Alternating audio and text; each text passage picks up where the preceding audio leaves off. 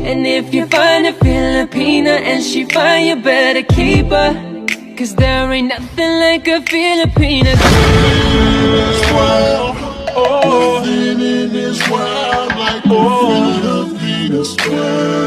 Bismillahirrahmanirrahim. Assalamualaikum warahmatullahi wabarakatuh.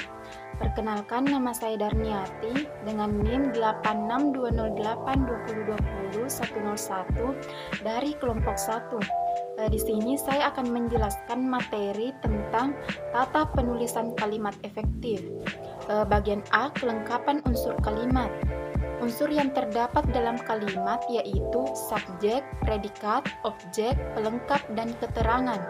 Meskipun dalam kalimat memiliki unsur-unsur tersebut, tetapi hanya unsur subjek dan unsur predikat yang wajib hadir, sedangkan unsur objek, pelengkap, dan keterangan tidak wajib hadir, kecuali dituntut kehadirannya. Struktur kalimat tidak selalu berurutan subjek, predikat, objek, keterangan, dan pelengkap, tapi banyak kalimat yang urutan unsurnya menyimpang dari pola urutan tersebut. Untuk melihat fungsi kalimat, perlu kita kenal pengertian dan ciri umum tiap fungsi-fungsi sintaksis itu. Yang pertama, subjek. Subjek adalah kalimat-kalimat yang menunjukkan pelaku, tokoh, sosok, sesuatu hal, atau suatu masalah yang menjadi pokok pembicaraan. Subjek pada umumnya diisi oleh jenis kata atau frasa benda, klausa atau frasa verba.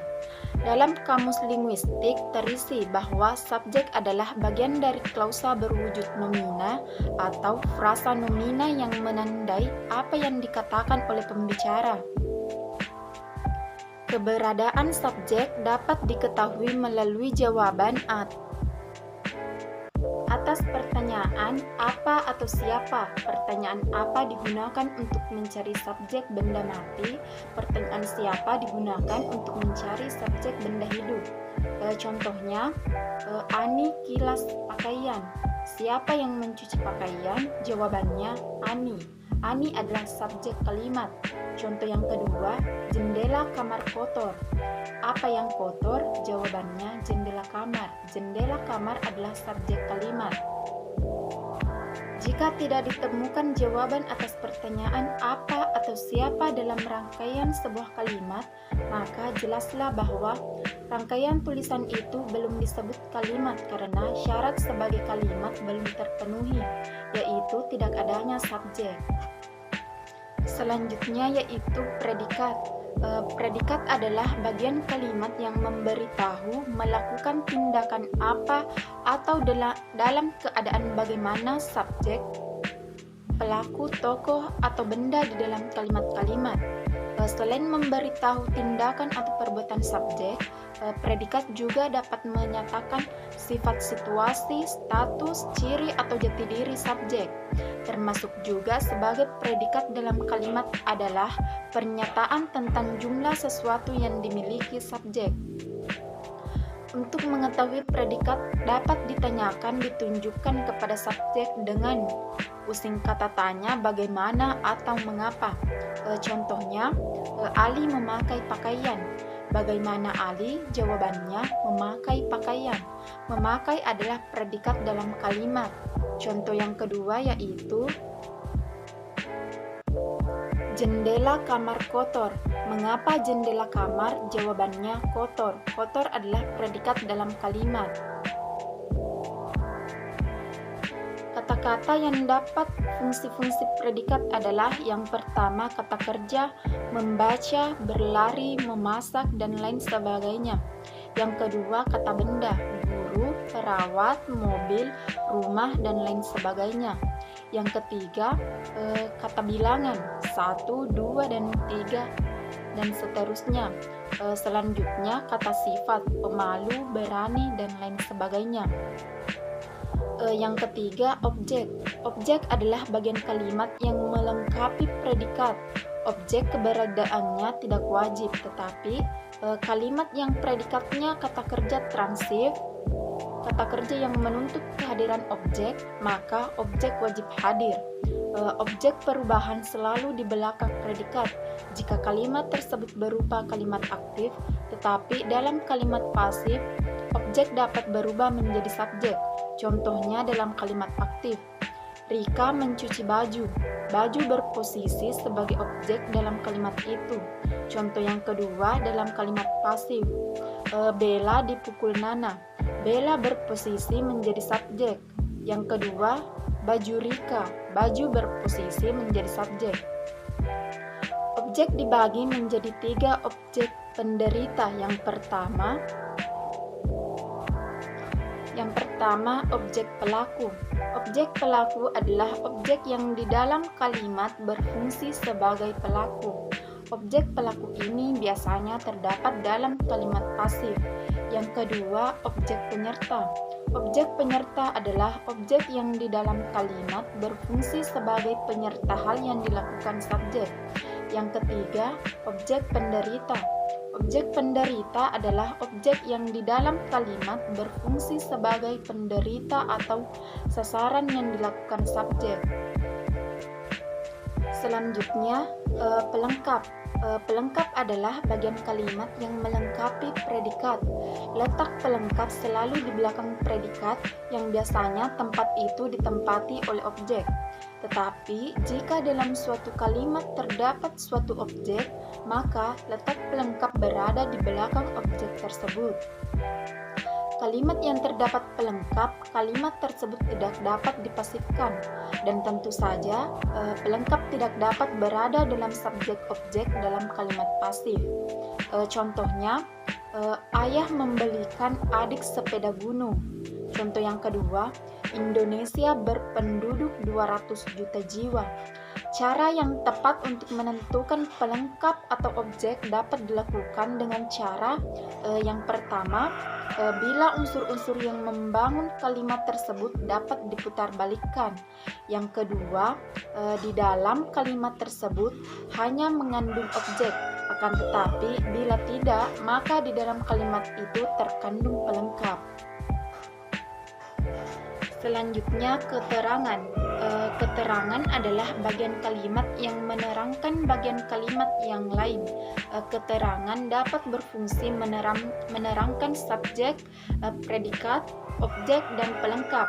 Posisi keterangan dapat berada di awal, di tengah, dan di akhir kalimat. Contohnya, tadi sore Dika bermain layang-layang.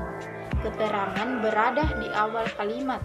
Contoh yang kedua, Dika tadi sore bermain layang-layang. Keterangan berada di tengah kalimat. Contoh yang ketiga, Dika bermain layang-layang tadi sore. Keterangannya berada di akhir kalimat. Perkenalkan, nama saya Ayu Adriani. Bagian materi saya B. Kejelasan informasi.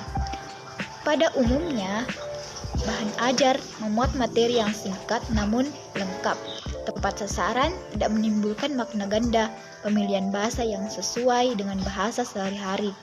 Selain itu, bahasa yang langsung terfokus dan tidak terbelit-belit, yang akan mendorong peserta didik untuk mempelajarinya.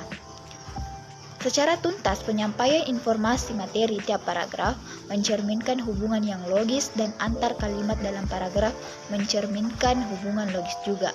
Tujuannya agar tiap paragraf dan kalimat terdapat keterkaitan yang sesuai, sehingga tidak menimbulkan makna ganda dan persepsi yang membingungkan pembaca. Kejelasan informasi ini sangat berkaitan dengan unsur kebahasaan yang digunakan.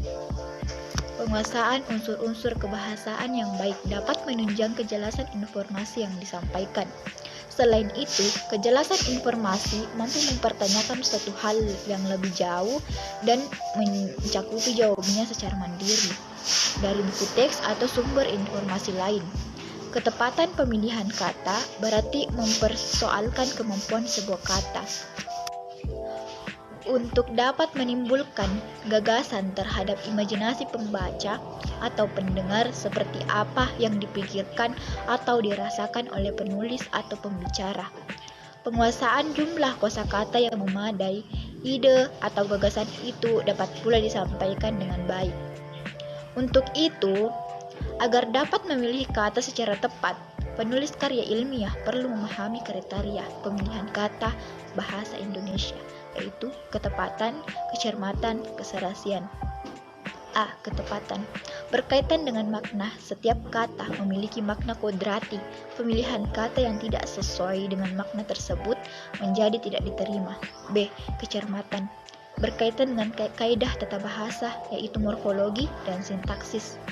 Bentuk kata dengan ciri-ciri baku, tidak rancu, bersifat idiomatis dan lazim. Kaidah sintaksis berkaitan dengan fonetisi baris kalimat. C. Keserasian yang berkaitan dengan kaidah pragmatik, yaitu keterampilan berbahasa yang mengaitkan bentuk bahasa, kata, kalimat, dan ragam bahasa dengan faktor-faktor pragmatif seperti pameran, serta situasi, sarana tempat, topik pembicaraan, peristiwa bahasa, tujuan dan jalur. Sekian, wassalamualaikum warahmatullahi wabarakatuh. Kesejajaran bentuk.